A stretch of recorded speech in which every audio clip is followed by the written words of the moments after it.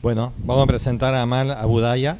Es arquitecta, doctoranda en el laboratorio CRESOM, es profesora de teoría y práctica del diseño arquitectónico urbano en EMSA Grenoble, desarrolla la enseñanza experimental de la arquitectura utilizando herramientas y metodologías específicas como el EICA, el espacio inmersivo de concepción de la arquitectura, el laboratorio de también como incluido del ambiente, y es codirectora del Máster Arquitectura de Ambiente y Cultura Digital.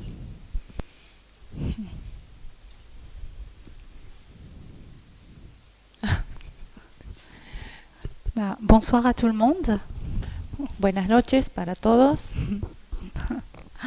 Donc, je choisis ce thème de l'ornementation parce que, comme vous avez pu voir, c'est un thème qui est important pour nous dans le master. Elegí para esta presentación el tema de la ornamentación porque, como habrán visto, es algo muy importante en las carreras nuestras en el máster.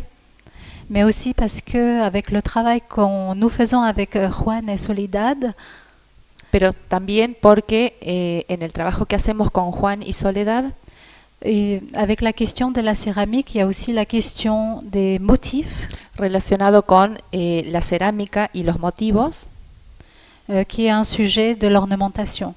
Tienen que ver con este tema de la ornamentación.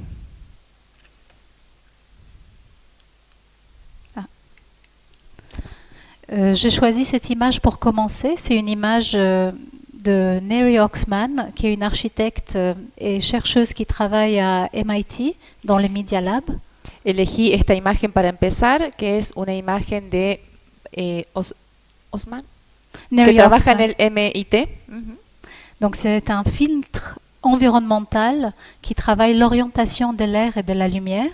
Se trata de un filtro ambiental que juega con el aire y la luz. Il module la taille, l'épaisseur et la densité et l'organisation du motif. Y modula el tamaño, la organización y la densidad del motivo. Et il est représentatif pour moi de l'ornementation d'aujourd'hui. Y es muy representativo para mí de la ornamentación en la actualidad. Je vais commencer avec un petit propos théorique avant de vous présenter quelques projets de référence. Voy a hacer una pequeña presentación teórica antes de mostrarles algunos proyectos como referentes. Donc le contexte théorique de l'ornementation touche aussi le sujet de la façade. El contexto teórico de la ornamentación es muy cercano al tema de la fachada. Aujourd'hui, ce qu'on appelle aussi l'enveloppe, la peau. Lo que llamamos en la actualidad el envolvente o la piel. Ce sujet est aussi lié aux mouches arabiées dans le monde oriental. Y este tema está relacionado también con los mashrabia del mundo oriental. Ce sont des petites fenêtres sculptées dans le bois ou dans la pierre. Que son pequeñas ventanas esculpidas en la madera o en la piedra. On va aussi voir que l'enveloppe va changer de statut au XXIe siècle pour devenir des membranes et des peaux. Y vamos a ver que en el siglo XXI el envolvente va a cambiar de estatus para transformarse en membranas o en piel. Ici, quelques ouvrages théoriques sur la question de l'ornementation. Aquí hay algunas obras teóricas sobre el tema de la ornamentación. Ils expliquent qu'avec l'émergence des outils numériques, y que explican también que con la emergencia de las herramientas digitales, nous pouvons aujourd'hui construire et fabriquer des formes complexes et des surfaces aussi complexes. Se pueden fabricar formas y superficies complejas. Ici, une citation de Antoine Picon, qui a écrit un ouvrage qui s'appelle Ornament. Aquí traje una cita de Antoine Picon, que escribió una obra que se llama Ornament. Donc, il dit que sous l'influence des outils numériques, l'ornement aujourd'hui présente une série de nouvelles caractéristiques. Picon dice que por influencia de las herramientas digitales, la ornamentación en la actualidad presenta una serie de nuevas características. Et ces caractéristiques se trouvent dans la texture des surfaces, dans les motifs. Y estas características se encuentran en la textura de las superficies y en los motivos. Il y a la dimension phénoménologique qui est aussi très importante. Está también como cuestión muy importante la dimensión fenomenológica, Elle touche donc l'expérience vécue sensible. que afecta o impacta en la experiencia de lo vivido y de lo sensible. Donc c'est la dimension haptique, immersive, sensible, lumineuse, visuelle de l'ornement et des enveloppes. Es esta dimensión áptica, táctil, visual, inmersiva del ornamento y de los envolventes. Donc avec cet ouvrage, Antoine Picon il parle de l'émergence d'une nouvelle ornementation dans l'architecture contemporaine. En esta obra, Antoine Picon habla de la emergencia de una nueva ornamentación en las obras de arquitectura contemporánea. Donc la nouvelle ornementation, elle touche l'architecture pour parler d'architecture non standard, comme Philippe a pu expliquer tout à l'heure. Esta nueva ornamentación tiene que ver con esta arquitectura no estándar de la cual habló Philippe en la conferencia anterior. Donc elle se réalise avec des séries de panneaux, avec des reliefs décoratifs uniques. Y se realiza en una serie de paneles con relieves decorativos únicos. On va voir avec des exemples des références que je vais vous montrer. Y vamos a ver luego con ejemplos que les voy a mostrar que l'ornementation de la façade est souvent constituée avec de petits éléments, mais tous différents. Que muchas veces esta ornamentación de las fachadas está construida con elementos pequeños, pero todos diferentes. Pour moi, la notion d'ornementation interroge la manière dont les architectes fabriquent, manipulent, assemblent et organisent la matière. Para mí, la noción de ornamentación se cuestiona sobre la manera en que los arquitectos fabrican, manipulan, ensamblan y organizan la materia. Et ce qui nous intéresse, c'est comment ces gestes deviennent-ils un art? Y lo que nos interesa saber también es cómo estos gestos se transforman en un art de la construction qui articule la poétique, la technique, l'esthétique et l'opératif. Es decir, en un arte de la construcción que articula lo poético, lo estético, lo operativo y lo técnico. Je reviens à cet ouvrage assez marquant dans l'histoire de l'architecture. Vuelvo aquí a una obra que fue muy importante en la historia de la arquitectura, écrit par Adolf Loos en 1929, escrita por Adolf Loos en 1929, et qui s'appelle Ornement et crime. Y que se llama Ornamento y delito.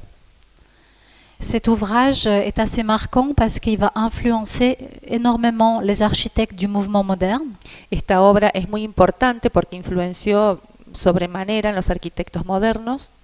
Il va changer aussi la façon que les architectes du mouvement moderne vont traiter cette question de l'ornementation. Y también influyó mucho en la manera en que los arquitectos modernos van a tratar el tema de la ornamentación. Elle va disparaître en quelque sorte pour apparaître autrement. Esta ornamentación va de alguna manera a desaparecer para reaparecer luego de otro modo. Les architectes comme Adolf Loos vont plutôt utiliser donc la qualité des matériaux comme le marbre ici. Hay muchos arquitectos como Adolf Loos que pusieron en relieve la cualidad de las materias, como en este caso el mármol. Comme Mies van der Rohe dans le pavillon de Barcelone de 1929. O como Mies van der Rohe en el pabellón de Barcelona de 1929. Donc le décor dans l'architecture va être plutôt exploité à travers la qualité des matériaux. Por lo que la decoración en arquitectura va a estar explotada más de todo por las cualidades de los materiales. Donc Mies van der Rohe va utiliser 4 couleurs de pierres différentes. Y por ejemplo aquí Mies van der Rohe va a utilizar 4 colores diferentes de piedras.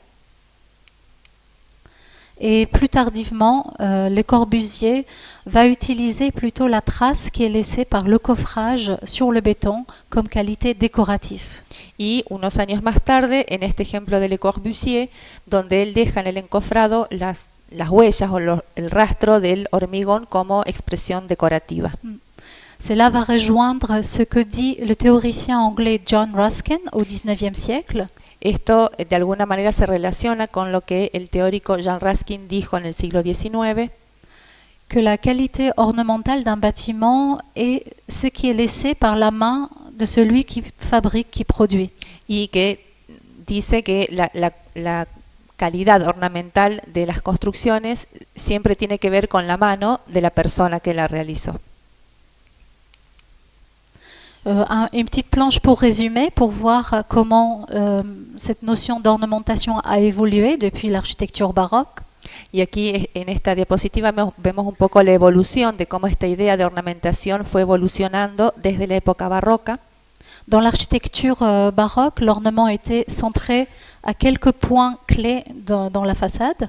En la época barroca, la ornamentación se concentraba en algunos puntos claves de las fachadas.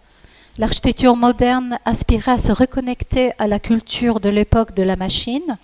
En cambio, la cultura moderna buscaba reconectarse con esta cultura o estos aspectos de la máquina, De la qualité des matériaux, comme on a pu voir. de la calidad de los materiales, como vimos recién. Et ensuite, depuis les dernières années, il y a eu de nouveau un changement dans le statut de l'ornement. Y luego, en los últimos años, hubo un nuevo cambio en el estatus de la ornamentación. Ici, on peut voir ce qu'on appelle le media architecture des années 70. Y aquí podemos ver en las imágenes lo que era la arquitectura comunicativa o de la comunicación Oui. de los años 70.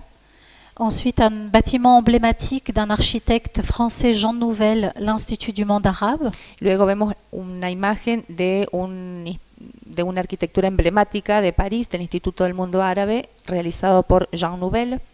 Il va travailler la façade comme une ornementation symbolique, mais aussi comme un enjeu environnemental. Quien hizo esta fachada y la trabajó como una cuestión simbólica, culturalmente, pero también con un propósito ambiental. Et enfin, un projet de 2013 où l'enveloppe est travaillée comme une membrane performative. Y por último, un proyecto de 2013 en el que el envolvente fue trabajado como una membrana performativa, Pour purifier l'air qui rentre dans le bâtiment. con la idea de purificar el aire que entraba en el edificio. Donc on peut dire qu'aujourd'hui, des enveloppes performatives Por lo que podemos decir que en la actualidad los envolventes performativos doivent traiter à la fois des questions liées à la perception, deben al mismo tiempo tener en cuenta cuestiones relacionadas con la percepción, à l'environnement, con el entorno, à la structure et aux usages. con la estructura y con el uso que se le va a dar. Ici, un ouvrage d'un architecte, Branko Kolarevich, Esta es la obra de un arquitecto Kolarevich, que aparece abajo, Kolarevich. Et il traite la dimension environnementale de l'ornement, que trata la dimensión ambiental de la ornamentación comment la façade interagit avec son contexte, son environnement. y cómo la fachada interactúa con su contexto y su medio ambiente. L'enveloppe devient adaptatif, réactif, écologique et interactif. En esta estructura, el envolvente se transforma en algo adaptativo, reactivo, interactivo y ecológico. Je vais me concentrer sur cet ouvrage d'Antoine Picon, Yo me voy a concentrar en esta obra de Antoine Picon, où il va traiter l'ornementation à travers la texture, les motifs et la topologie. en el que trata la ornamentación a través de las texturas, los motivos y la topología. Donc je vais donner des références d'architecture contemporaine où on va voir cette question d'ornementation Por lo que traitée à travers différents matériaux. Les voy a mostrar algunos ejemplos de la arquitectura moderna donde se trabajan estos tres puntos. C'est un bâtiment emblématique du retour de l'ornement. Este es un edificio emblemático del retorno de la ornamentación. Donc c'est un projet par les architectes Herzog et de Meuron.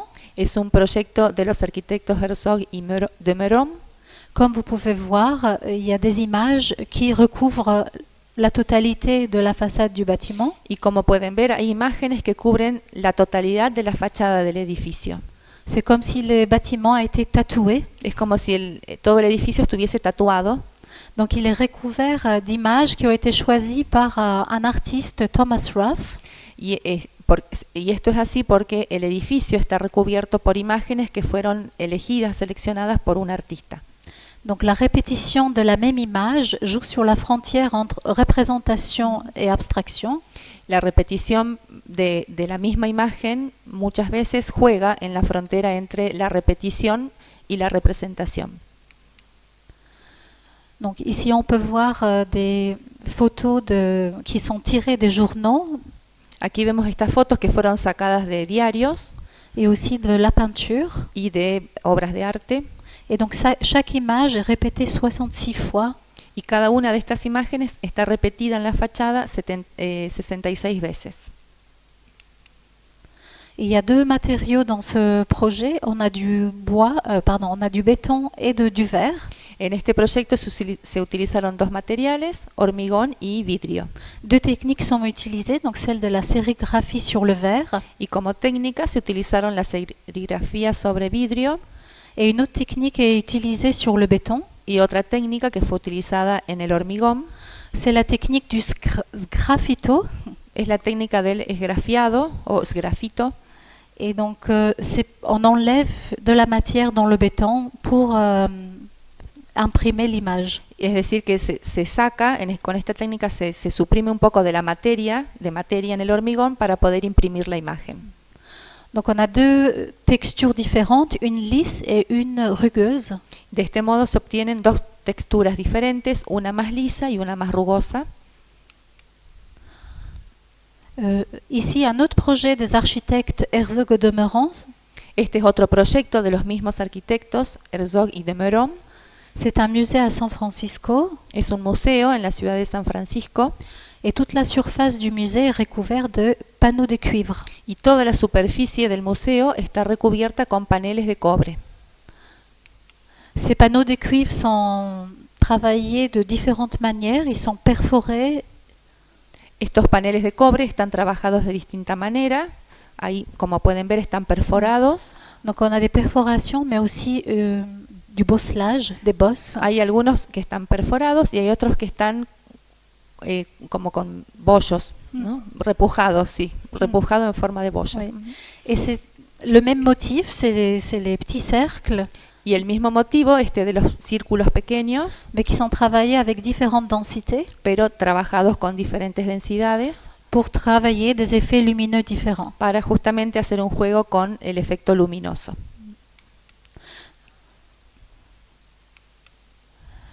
Donc les architectes ils sont inspirés de l'effet des canopées des arbres pour travailler justement sur ces effets lumineux. Los arquitectos se inspiraron en el efecto de dosel de los árboles para jugar con este efecto luminoso. Et le cuivre comme matériau a été choisi parce que dans le temps, il va se changer et il va devenir vert pour se fondre dans le paysage. Y el cobre fue elegido a propósito porque con el paso del tiempo se va a tornar cada vez más verdoso y eso va a tener como más analogía todavía con los árboles.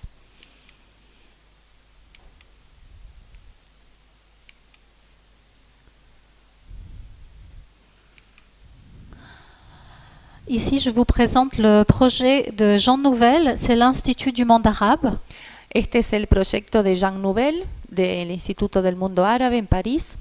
Ce projet est important parce que c'est le premier bâtiment qui traite une enveloppe adaptative à grande échelle. Este proyecto es muy importante porque fue el primero en trabajar con un envolvente adaptativo a gran escala.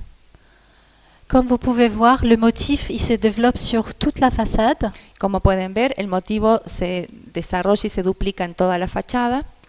Mais les perforations peuvent s'ouvrir et se fermer pour contrôler la quantité de lumière qui passe dans le bâtiment. Y las perforaciones pueden abrirse o cerrarse en función de la cantidad de luz que entra en el edificio. On peut dire que c'est un mur rideau cinétique Podríamos decir que es una pared en mouvement. que en movimiento, cinética. Ouais. Sí. Donc c'est un motif ornemental qui change dans l'interaction avec la lumière du soleil. Es un motivo ornamental que cambia al interactuar con la luz del sol. C'est une très belle idée, mais ce qu'il faut savoir que ça n'a pas marché très longtemps. Es una idea muy linda, pero es necesario decir que no funcionó durante mucho tiempo. Ouais. c'est des systèmes assez Porque complexes. son sistemas muy complejos.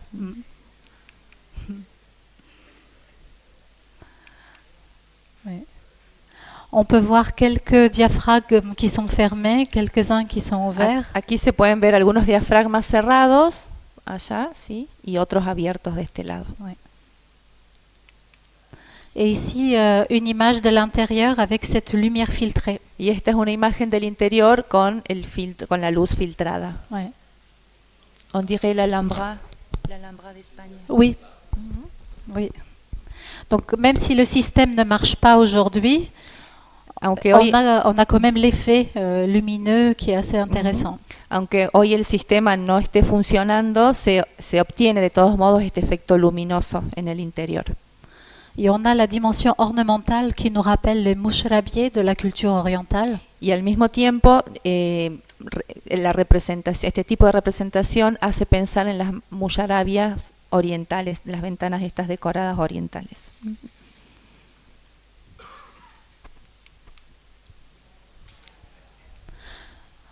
Donc on a 30 000 diaphragmes photosensibles dans le projet. 30.000 diafragmas fotosensibles en este proyecto. Voilà. Je continue dans le high-tech. Acá vamos a seguir en la parte high-tech. Donc ça c'est un projet de 2 tours à Abu Dhabi. Este es un proyecto de 2 torres en Abu Dhabi. Et à l'époque c'était la plus grande façade domotisée au monde. Y en la época en que la construyeron había sido la fachada más grande, la fachada inteligente más grande que existía hasta el momento. Donc on peut voir que la dimension ornementale du projet est au service du contrôle de la lumière. Y aquí podemos ver que la concepción inteligente del edificio está al servicio del control de la luz. On a un système comme une origami, des ombrelles qui s'ouvrent et qui se ferment avec le soleil. Tiene un sistema como si fuese de origamis que se abren y se cierran en función de la luz del sol. Le matériau qui est utilisé, c'est la fibre de verre. Para hacer esto se utilizó fibra de vidrio. Et laisse passer quand même la lumière, pas le soleil direct, mais la luminosité. Y que deja de todos modos traspasar la luz, la luminosidad.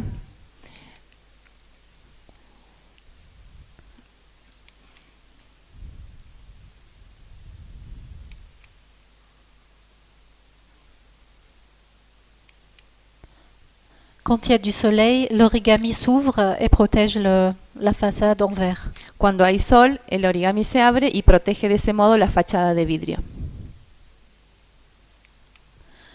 J'ai ensuite volontairement choisi une référence low-tech. Y acá elegí a propósito una referencia low-tech. Pour montrer qu'on peut aussi avoir des dispositifs qui peuvent être manipulés manuellement par les usagers. Para mostrar que también puede haber dispositivos que se manipulan manualmente, que los usuarios pueden manipular manualmente. C'est aussi une façade en mouvement. También es una fachada en movimiento. Les usagers vont fermer, ouvrir les volets en fonction de leurs besoins. Son los usuarios quienes van a abrir o cerrar los postigos en función de sus necesidades.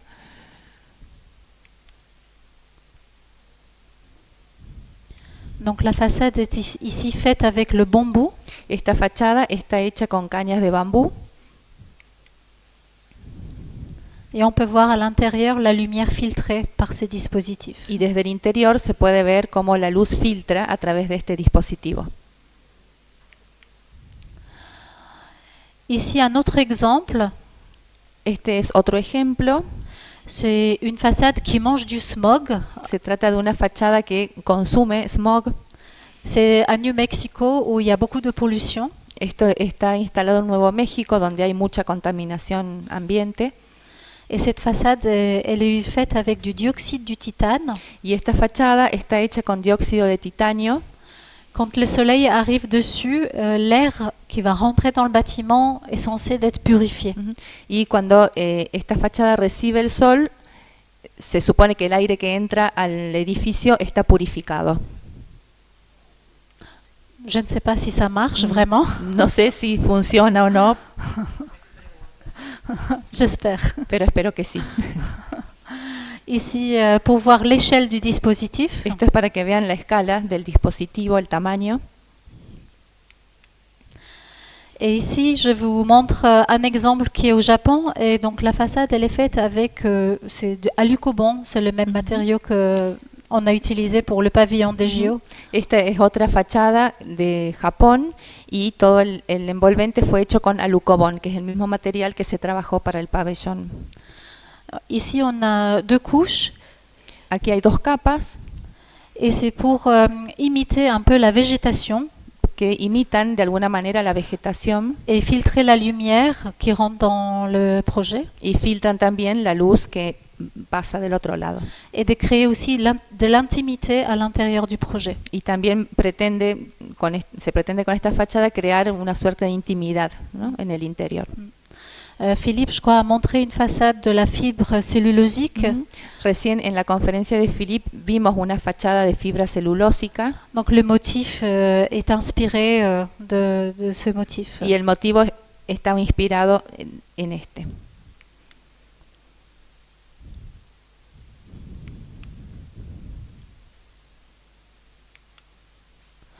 Donc ici, c'est un projet qui utilise justement la céramique. Este es un proyecto que utiliza cerámica. C'est un projet qui a été fait pour l'Expo universelle en 2005. Y es un proyecto que fue realizado para la Exposición Universal de 2005. Et donc c'est le pavillon espagnol qui utilise des carreaux de céramique émaillés en forme d'hexagone. Y este era el pabellón español que había utilizado hexágonos de cerámica. Et pour créer ce motif, il y a 6 pièces de céramique en forme d'hexagone qui sont utilisées. Y para crear este motivo se utilizaron 6 piezas. ¿Sí piezas? 6 pièces. 6 oui. piezas 6 couleurs. con 6 colores diferentes. Oui.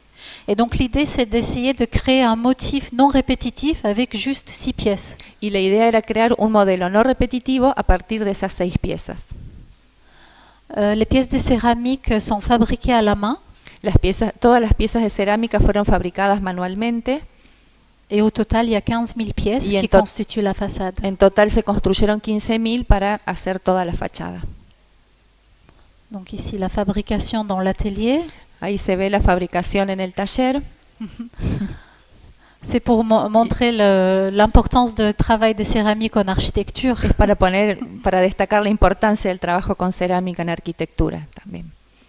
Donc ici, on peut voir les 6 types de céramique qui constituent la façade. Los 6 tipos de cerámica que sirvieron para construir toda la fachada.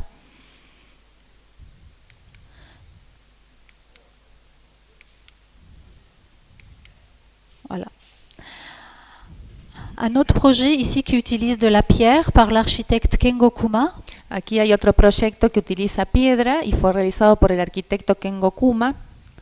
La façon de découper et de poser la pierre crée aussi un motif sur toute la façade. Y aquí la manera en que se recorta la piedra y en que se la instala crea un motivo en toda la fachada. C'est une pierre locale qui est utilisée, la pierre Oya. La piedra que se utiliza se llama Oya y es una piedra local. ¿Du Japón? ¿Sí? Oui. De Japón. Et on peut voir la structure métallique sur laquelle les pierres reposent. Y ahí se puede ver bien la estructura metálica en la que están apoyadas las piedras. J'arrive dans le troisième critère, c'est la topologie. Aquí vemos el tercero de los criterios que hablamos antes, que es el de la topología. C'est comment le mouvement de la façade peut aussi être ornemental. Para ver cómo el movimiento de la fachada también puede ser ornamental. Donc ici, un projet de Jingang Aqua Tower à Chicago. Aquí hay este es el proyecto de Jane Gang en Chicago que se llama Aqua Tower. On voit que le mouvement de la façade constitue la dimension ornementale. Y vemos que el movimiento de la fachada es lo que constituye la ornamentación. La façade ne bouge pas, mais on a l'impression qu'elle est en mouvement. La fachada no se mueve, pero tenemos la sensación de que sí lo hace.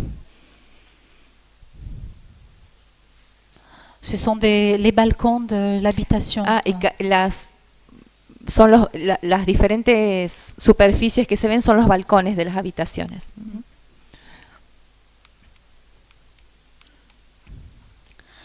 Un projet des Future Systems qui travaille aussi sur ce mouvement de l'architecture. Este es un proyecto de Future System que también trabaja sobre el movimiento en la arquitectura. Donc on est sur une surface et une forme complexe, Aquí estamos en un trabajo de superficie y de forma complejos, mais on a aussi des éléments répétitifs, comme on peut voir les cercles qui sont en aluminium, y tenemos elementos repetitivos que son estos círculos de aluminio, mais avec le mouvement de la façade, selon les rayons du soleil, on va avoir des différences qui vont apparaître. pero con el movimiento de la fachada, cuando el sol golpea sobre esos círculos, el efecto obtenido va a ser siempre diferente. Donc ce sont des disques en aluminium poli qui sont posés sur la façade. Entonces se trata aquí de discos en aluminio pulido que se fueron ubicando en toda la fachada.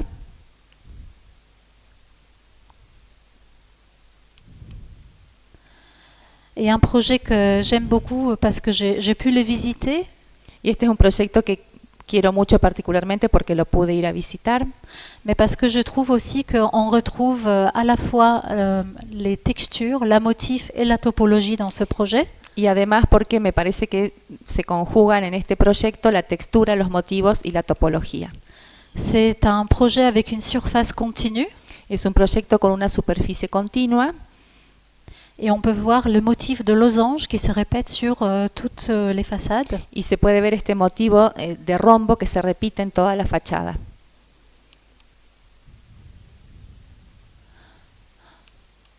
On a différentes formes de verres. On a des verres en forme concave et en forme convexe. Y los vidrios tienen diferentes formas, algunos son cóncavos y otros son convexos. Le verre concave permet de ne pas avoir de reflet et d'être projeté directement à l'intérieur du projet. El vidrio cóncavo permite no tener reflejo y que todo se proyecte directamente al interior. Et depuis l'intérieur du projet, le verre convexe nous permet d'avoir des points de vue sur la ville. Y desde adentro del edificio, los vidrios convexos nos permiten ver hacia afuera y tener una vista de la ciudad. Donc la façade est comme une multitude de petites vitrines, mais en même temps une vitrine géante. Esta fachada sería como pequeñas vidrieras chiquititas y al mismo tiempo es una vidriera en sí misma. Ici, les différents types de verres qui composent la façade. Y aquí vemos los diferentes tipos de vidrio que componen la fachada. Ici, une coupe qui nous permet de voir aussi le losange qui constitue les vestiaires à l'intérieur du projet. Y aquí vemos un corte que nos permite ver las formas, los rombos, que son al mismo tiempo vestuarios adentro del edificio. Et ça fait partie aussi de la structure du projet. Y eso a su vez forma parte de la estructura del conjunto, del proyecto. Donc le motif n'est pas uniquement quelque chose d'extérieur, on le retrouve aussi dans la spatialité intérieure. Este motivo no solamente está en la superficie exterior, sino que también se encuentra adentro.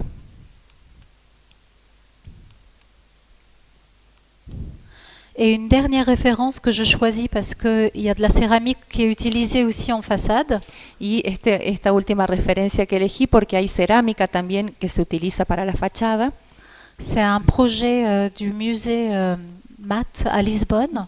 Es un proyecto del Museo MAT en Lisboa, en Portugal. La façade, elle est composée de 15 000 carreaux de céramique. La fachada está construida con 15.000 mosaicos de cerámica. On peut voir aussi que la façade a une forme complexe, donc on a aussi la topologie du projet. Vemos también que la fachada tiene una forma compleja, por lo que se destaca la topología del proyecto. La pose des carreaux. Aquí vemos cómo están colocando los Donc mosaicos. on peut voir que ce sont des hexagones qui sont divisés. Vemos que son hexágonos divididos.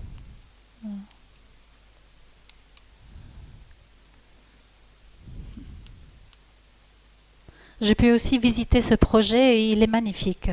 Y este también lo pude visitar y es magnífico. Le jour et la nuit, c'est complètement différent. Y verlo de día y de noche también es completamente distinto.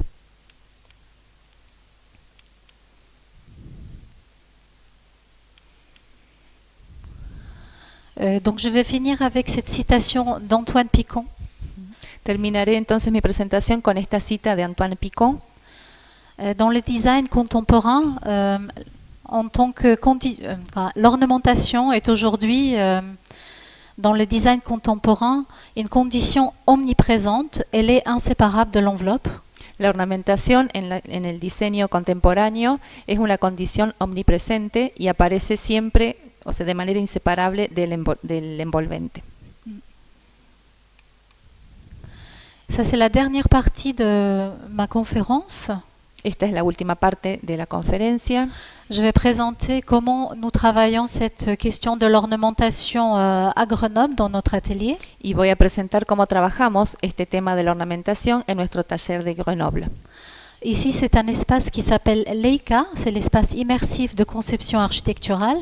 Nosotros trabajamos en el espacio que se llama Leica, que es un espacio inmersivo de concepción o de diseño arquitectónico. Il est juste à côté de l'atelier où les étudiants conçoivent et dessinent leurs projets. Y está justo al lado del laboratorio en donde los estudiantes diseñan y conciben sus proyectos. Donc c'est un espace où les étudiants peuvent venir pour tester des prototypes à l'échelle corporelle. Por lo tanto, es un espacio en el que los estudiantes pueden venir para hacer los test de sus prototipos.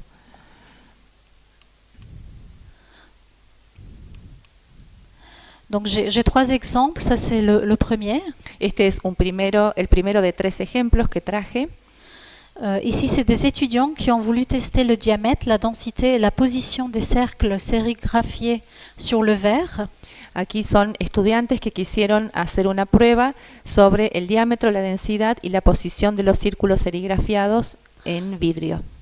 Ils voulaient voir comment la densité et la position affectaient leur expérience de la paroi. Y querían ver cómo la densidad y la posición de estos círculos afectaban Comment ça affectait leur expérience de la paroi. Afectaban su experiencia de la pared, o del contacto con la pared. En questionnant des problèmes d'intimité. También se cuestionaron sobre cuestiones de intimidad, des opportunités d'interaction sociale, de oportunidades de interacción social et la qualité esthétique de la paroi de y séparation. de la calidad estética de esta pared de separación. Donc on peut voir 4 solutions différentes qui ont été testées. Aquí podemos ver 4 soluciones diferentes que fueron probadas. Ces 4 solutions ont été générées avec un script paramétrique. Estas 4 soluciones fueron generadas con un script paramétrico. Il y avait bien sûr beaucoup plus de solutions. Y por supuesto había más soluciones que estas 4. Mais les étudiants ont choisi ces 4 solutions pour pouvoir tester et choisir la meilleure solution pour leur projet. Pero los estudiantes eligieron estas 4 para poder probarlas y ver cuál de las 4 era mejor. Ici, c'est un autre exemple d'une étudiante qui teste la paroi de son projet. Aquí vemos otro ejemplo de otra estudiante que hace también la prueba con esta pared de su proyecto. Donc l'étudiante a testé l'échelle du motif rectangulaire des panneaux. Aquí lo que hace ella es testear la escala de los motivos rectangulares de su panel. Elle a souhaité tester la relation dedans-dehors. Y lo que quiso testear o probar es la relación interior-exterior. Le niveau de lumière dans la pièce. El nivel de luminosidad que tenía la habitación.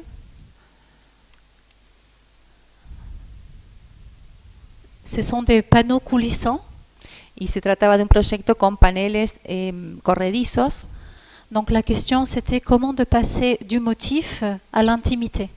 Y lo que ella quería averiguar o observar era cómo pasaba del motivo a la intimidad.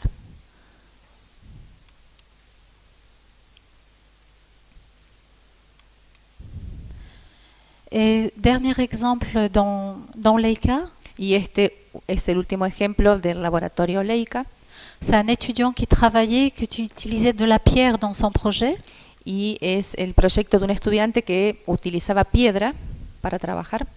Il a voulu tester différentes échelles de motifs sur la pierre. y quiso probar diferentes escalas de motivo en la piedra. Donc on a utilisé le bras robotique parce qu'on a utilisé aussi de la mousse de polyuréthane. Y utilizó para eso el brazo del robot y goma espuma. Donc il y a 3 prototypes qui ont été produits et testés. Y aquí se probaron y se realizaron y se probaron 3 prototipos. Donc les étudiants ils produisent d'abord les dessins de ce qu'ils veulent tester avant de tester. Los estudiantes realizan primero el diseño de lo que quieren probar y luego van al laboratorio a hacer el test. Donc il s'agit de déterminer la densité du motif en fonction de l'expérience corporelle. Y lo que se busca es determinar la escala del motivo, la densidad del motivo en función de la experiencia corporal. Et ici, je vous présente un workshop que nous avons fait avec des étudiants égyptiens. Y aquí les voy a presentar un workshop que hicimos con estudiantes de Egipto. Donc, on a une vingtaine d'étudiants qui sont venus de l'université Ain Shams du Caire à travailler avec nous. Recibimos a unos 20 estudiantes que venían del Cairo para trabajar con ellos en Grenoble. Et la question, c'était comment nous pouvons réactiver les ornements lumineux dans l'architecture traditionnelle égyptienne. Y se trabajó sobre la manera de reactivar los ornamentos luminosos en la arquitectura egipcia. À l'aide d'outils de modélisation et de fabrication numérique. Y esto con ayuda de herramientas de modelado y fabricación digital.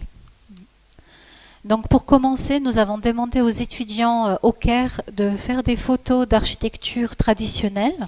Lo primero que hicimos fue pedirle a estos estudiantes que saquen fotos de espacios con arquitectura tradicional en el Cairo. Il y avait 4 différents types d'ornementation qu'on a pu identifier, islamique, copte, nubien et pharaonique. Y entre todas estas fotos se pudieron identificar 4 tipos de motivos egipcios, 4 tipos de motivos, uno islámico, copto, nubio y faraónico. Donc les étudiants ont travaillé avec ces motifs. Los estudiantes trabajaron con esos motivos. Ça c'est la méthodologie qu'on a utilisée. Y para hacerlo siguieron esta metodología. Pour commencer, les étudiants ont juste redessiné les motifs existants. Para comenzar, los estudiantes simplemente rediseñaron el motivo existente. Ensuite, ils se sont posé la question de l'échelle de ce motif. Luego se analizaron la cuestión de la densidad de esos motivos. Et la prochaine étape, c'était comment rendre ce motif paramétrique, comment introduire des variantes. Y las etapas siguientes fueron cómo introducir variantes paramétricas en ese motivo. Donc ici, on a produit des panneaux avec des machines CNC. Aquí produjeron paneles con máquinas de comando digital. Ici, on peut voir le même motif à 3 échelles différentes. Y aquí podemos ver el mismo motivo en 3 escalas distintas. Le passage de quelque chose de régulier à quelque chose de non régulier. Y también el paso de algo regular a algo irregular. Ici, les étudiants qui regardent des morceaux de motifs qui sont fabriqués avec le bras robotisé. Y aquí hay estudiantes que miran estos pedazos de motivos que pudieron realizar con el brazo del robot. Et ici, le passage du dessin à l'expérience immersive. Y aquí vemos el paso del diseño a la experiencia inmersiva. Dans les cas, les étudiants ont testé les effets lumineux des panneaux. En algunos casos, los estudiantes probaron los efectos luminosos de estos paneles. Et pour finir, nous avons eu de la chance de faire une exposition avec la production du workshop. Y para terminar, tuvimos la suerte de poder organizar una exposición con los trabajos finales de este workshop.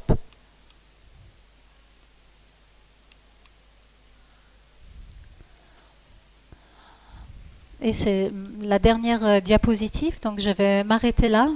Y esta es la última Merci beaucoup. diapositiva. Con esto termina mi presentación. Muchas gracias.